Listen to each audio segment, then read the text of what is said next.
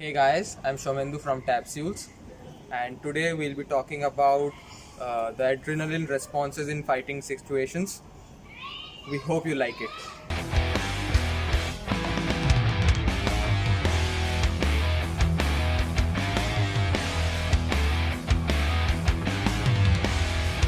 Now, one thing which I should tell you beforehand is that this video is completely for self-defense purposes and it has nothing to do with real-life competition fighting because that follows a separate theory altogether. And for those who have ever taken self-defense classes or have heard people talking about it, if anyone ever tells you that it's a simple situation, it's easy to overcome, there's no big danger in that, because that's all crap. Because at that particular moment there are many things which are going on in your head. You don't know what to do, you don't know whether you have to run or not, and then it's a complete mess, and it's, in simple words, it's not easy at all. So today we'll be talking about the adrenaline response, which is the fight or the flight response. In a self-defense situation, it's always the flight response which has to kick in, because you don't have to prove yourself there. You are not strong, you are not weak, you are good enough as you are. There is nothing you have to do there. In particular, the main objective is to run. Now for that, if you have to fight first, that's a different thing altogether. But finally, the objective is to get out of the situation. Now, one common problem which is frequently observed even in trained professionals is a third response. It is called the freeze response. The freeze response is particularly dangerous because there your brain stops working and you are completely confused. Now, this can happen at a simple level or at a complicated level as well. In the simple level, it's like you are there facing a situation and then completely you don't know what to do, how to react to it particularly, how to handle, or probably you are deciding whether you have to run or not, whether you have to fight back, whether you have to punch him hard or in the face or whatever. Basically, you are confused.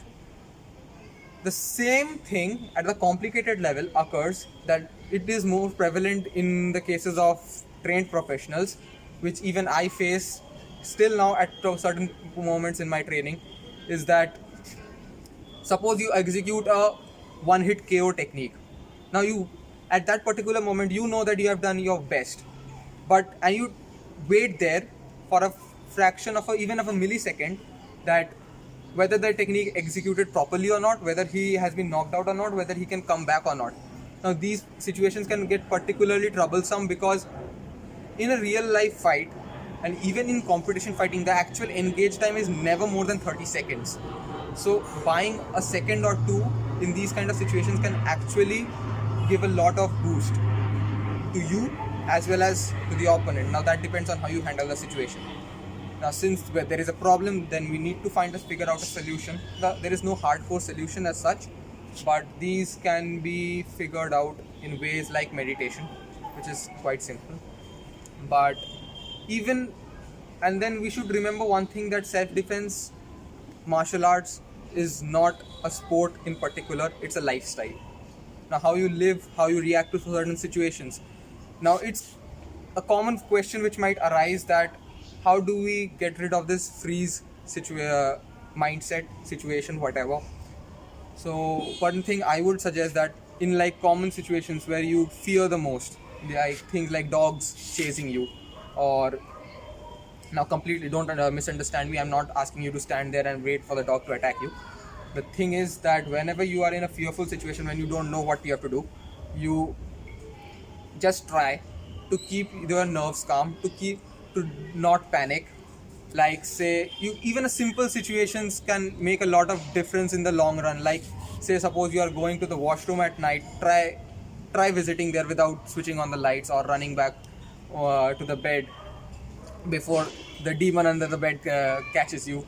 Situations like this, these simple situations can actually help you a lot.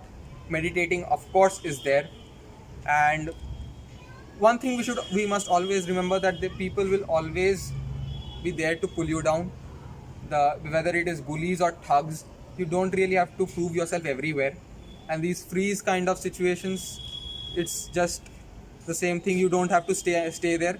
Just get your shit done, because everyone knows to hurt somebody. You can try it out, like this kick in the stomach, whatever you do, you know how to hurt people.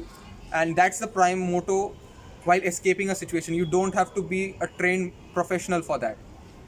And that's basically what I have to say today. Thanks for watching. Also, remember to subscribe to our channel and hit the bell icon. Do follow us on Twitter, Facebook and Instagram for regular updates. It was nice talking to you.